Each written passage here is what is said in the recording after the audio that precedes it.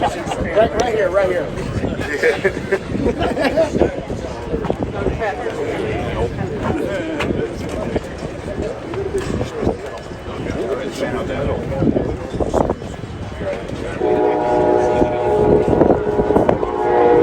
Good morning, everyone. Thank you for coming. Welcome to the City of New London, the proud port and the proud city of Revolution Wind. I want to welcome Governor Lamont back to our city. I want to welcome Governor McKee and Congressman Courtney. And with that, I'm going to turn it over to the Governor of the state of Connecticut, Ned Lamont.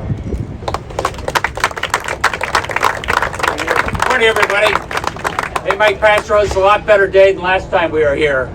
And I'll tell you what it means. This is a really good day for New London. This is a very good day for Connecticut. And as Dan McKee will remind us, it's a really good day for our entire region and what it means in terms of energy prices. You know why? Jimmy Kimmel is back and Revolution Wind is back. And let me tell you what that means. That means jobs. All the folks right here with the trades, thank you. We're getting back to work. We're here on City Pier because State Pier is piled up with all the turbines ready to go. They're going to be going out and start the installation tomorrow. So we have a lot of catching up to do. This is a big day for consumers because this is a way that we bring down energy prices. Something we're talking to the Trump administration about every day. We need more energy here in the ISO region, our entire New England region. This is going to represent 720 megawatts. This is going to represent 350,000 homes. When these wind turbines are spinning in less than a year, it's going to bring down the price of electricity because it brings down peak pricing during the winter months, which is the most expensive time.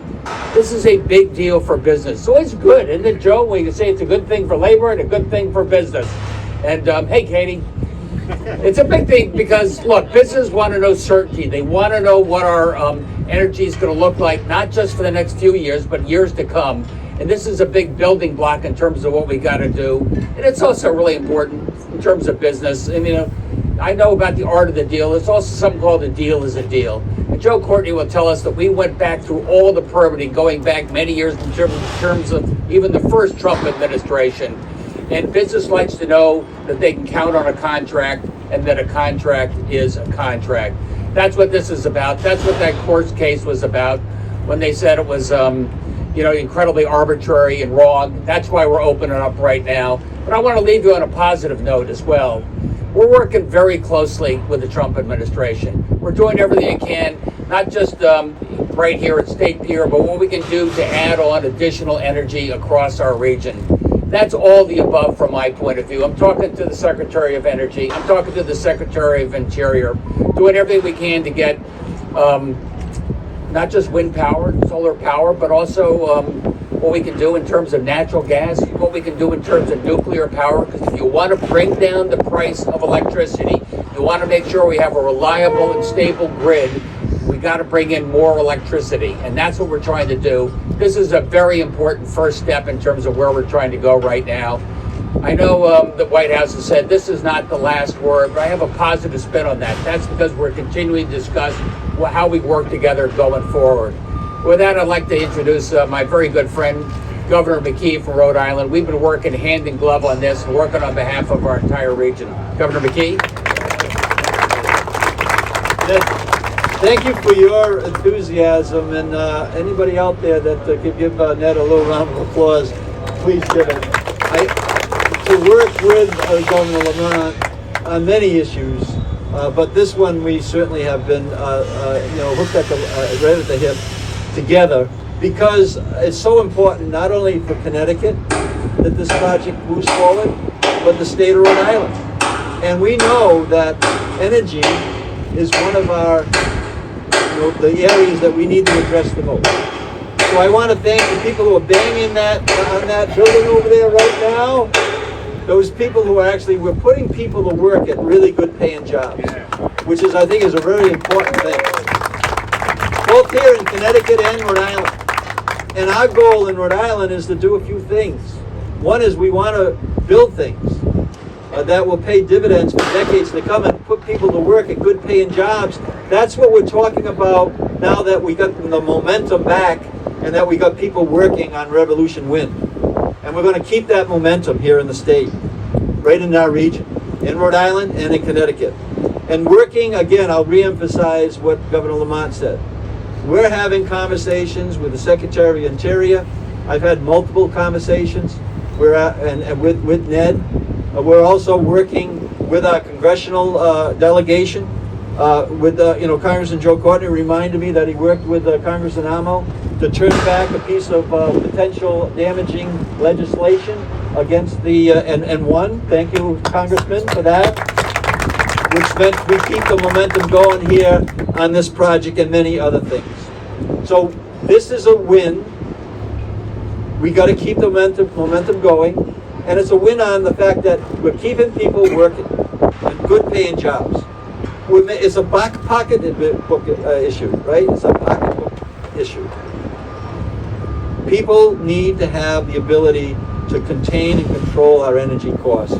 When you talk about 700 plus megawatts of energy that the ISO and the regulators say we need to keep away from potential brownouts, this is an important issue.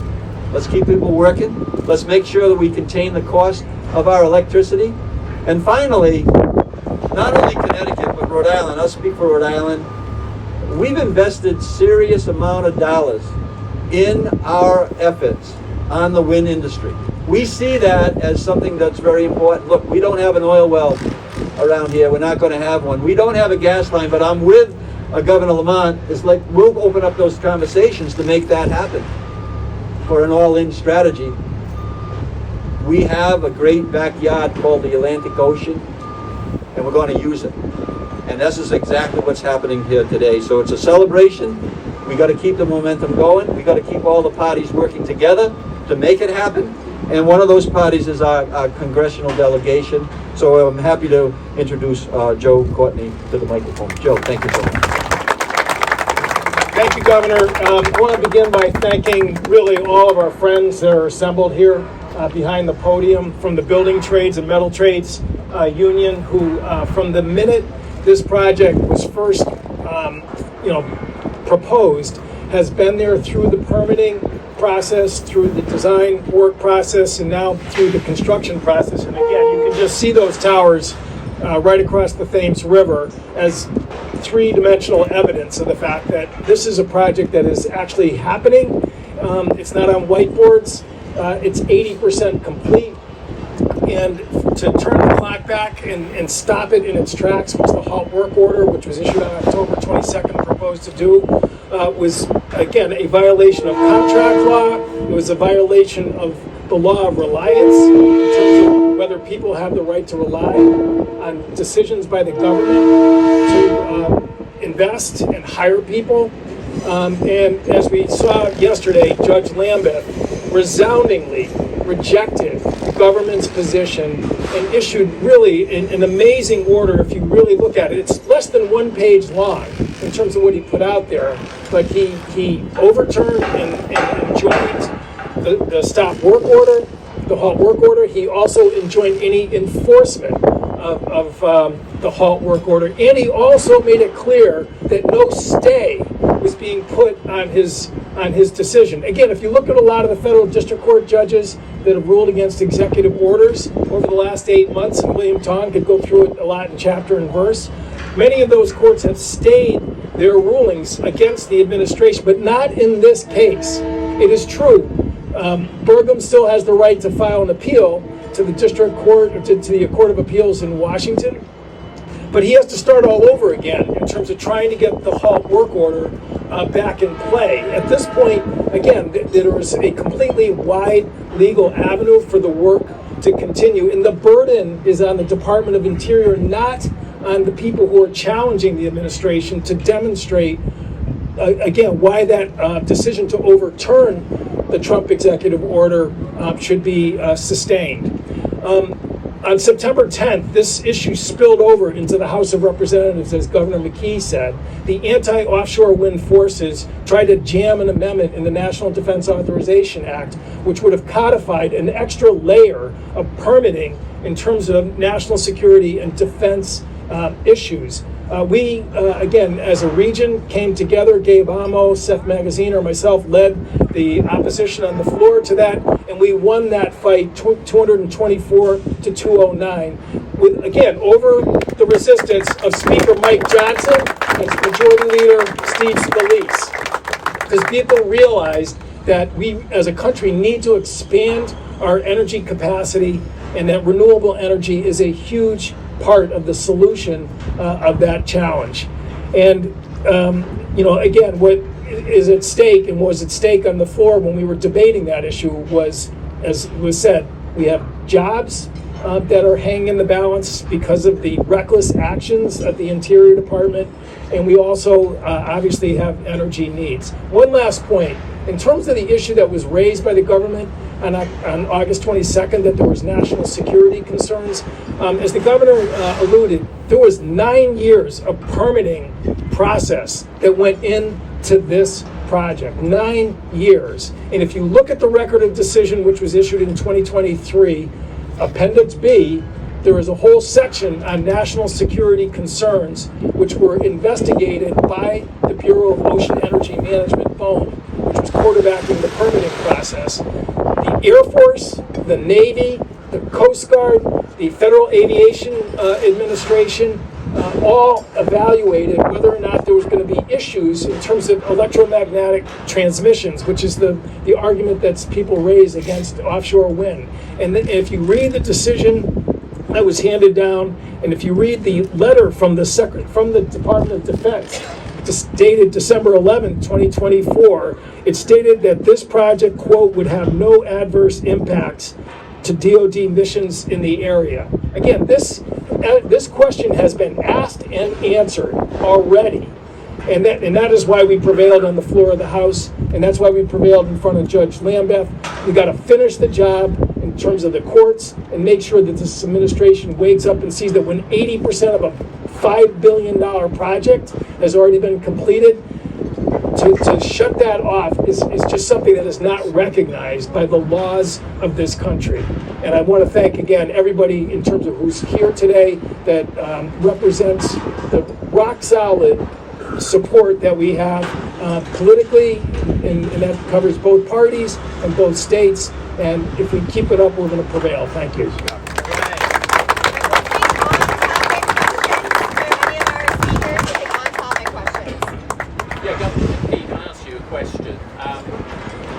This legal situation may be resolved for the time being, but in the home state of Rhode Island, the Preservation Society of Newport is actually challenging South Fork Wind and Revolution Wind on different issues, on national security issues. And to have your response to that, because those are still pending. Well, its response is similar to what the Congressman just said. Those issues have been debated and decided. So the people that are coming in for another shot, another piece of the action, they're going to fail as well, just like they did, when all the approvals were put in place. Do you have concerns at all, sir, that the Trump administration is known for retaliation? Could they come after Sunrise Wind next? That's Its other project, which is coming out of here. Well, first of all, I think that we're interested in Revolution Wind right now in Rhode Island and Massachusetts. Second of all, those battles could come our way, but we're prepared to fight them. We're going to keep people working, making sure that we're investing in our energy. And we're going to, as Governor Lamont said, we're open line communication with Secretary Burgum and others. I've had multiple conversations with him as well as Governor Lamont. We're going to keep those conversations going and making sure that we're doing everything we can to work with this administration to provide what our communities need, what our states need, and that's what we're going to do. The point of asking is that over behind your estate here, there are pieces of Sunrise Wind there. So obviously Orsted are stepping up, I'm guessing, to try and make sure that one, they catch up on delay, but also perhaps preempting a possible stoppage, as I say, by the Trump administration on that project, which hasn't actually really started. Well, again, we're going to continue to support energy in this area, and the Sunrise project is one that we want to see happen as well.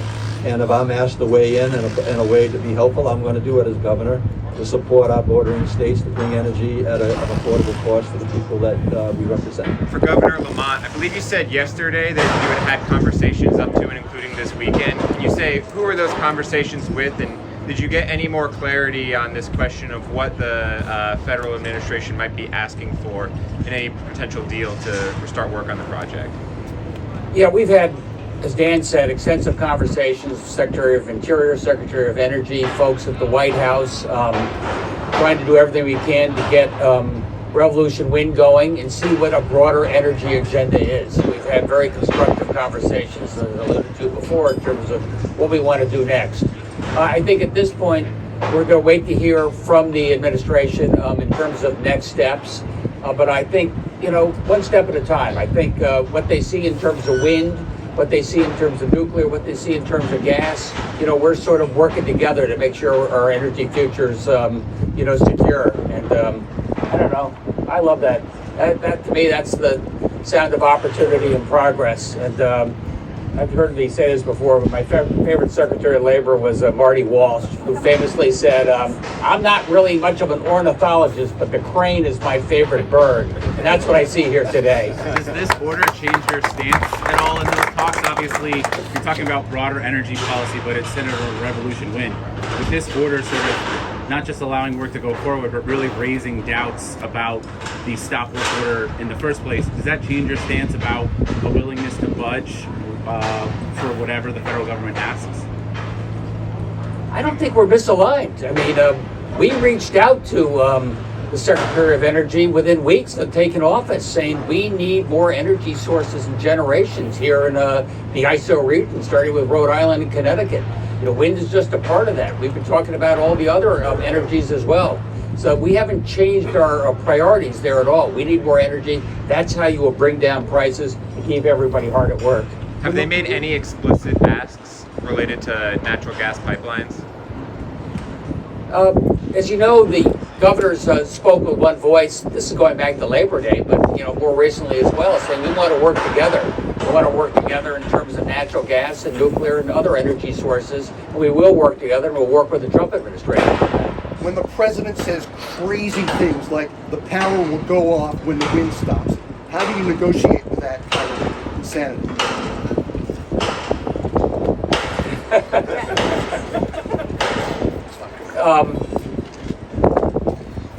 Ignore the insanity and talk to people who we can be constructive with in terms of where we want this state, where we want this region to go in terms of reliable, low-cost energy. And by the way, carbon-free, what's the matter with that? Secretary Burgum, though, has said... Do you have specifics on what the work will look like back on Rhode Island? Last time we talked, there were workers that didn't know kind of to get on the boat or not. Yeah, so we're pleased the fact that we're both Ned and I have been in contact with the investors in Revolution Wind, and they talked to me yesterday and said they're going to have workers in place very shortly, if not today. So we're very happy about that. We don't need people on the unemployment line. What we need people is out working, earning a good living, building things that are going to pay off in decades to come, and Revolution Wind meets that standard. Governor, how does Orsted feel about all this? You said you talked to them. What is your general thoughts? Their general thoughts is to proceed and do whatever it takes to get that done, and to continue to do what Ned and I have said, is to work with the current administration to make that happen. We've gone over all the reasons why. 80% completed, 90% completed on the transmission line. It actually comes up into Quonset Point. And the fact that 350,000 homes are going to benefit from this in both our states, 700 megawatts of energy. These are all things that as Ned has mentioned, that we're making those points with the administration. And I believe that in the end, that those points will win the day. So that's what I feel is going to happen. Ned? With all of this and the month off, is there any indication that those will make the change, the timeline change at all? We have some catching up to do. We want to get the installation vessel. We've got at least through the end of this year, so we've got to make sure all that works. You guys know better than I do. I think we're going to stay on track. It was an interruption. It was a costly interruption. $2 billion a day. It's costing Orsted, but we're back. I could ask Mr. O'Connor from the Connecticut Port Authority a question on the state here in the 700 votes. Understand, as I said, that Sunrise Wind elements are actually here here ready? Can they deal with this, extra amounts of materials that are coming in? Yeah, everybody that's working at the State Pier is aware of which components are stored where, how to work through logistics of moving components in and out. The Trina has some components for Sunrise on it right now, and remaining tower sections for the Revolution Wind project. So as the pier empties out for one project, you'll see it fill up for the next project. And then, that work is scheduled to carry us out into late 2027. And way before we get to the end of 27, everybody will know what happens next. And we might see Sunrise deplete the amount of material on the State Pier as it's built out, only to find out what's going to happen next is going to appear during that downturn. So we're working together to make sure that happens. Has this happened a little bit faster than what was possibly proposed because of obviously what's happened? I mean, weather is now against Orsted. Obviously, they want to catch up. They've lost so much money in this. I think that the crews are proceeding safely. So there's not a rushing element to this. It does take so long to load a barge, send it out to a wind lease area, and then install the wind turbine itself in the location. Once that's installed, the wind installation moves to the next location. In the meantime, the barge comes back in for more material. But the team that's standing behind me that's doing the work is focused on making sure nobody gets hurt. Everything proceeds according to plan, and it's repetitious work. You're building tower after tower. They have to pay attention to every nut, every bolt, every lift. I mean, we're talking about 3 million pounds of components on top of a monopile, and this team gets it right every time. So I'm proud of them for doing that. And the focus going forward by all the teams working together at the State Pier is on everybody's safety as we finish this job.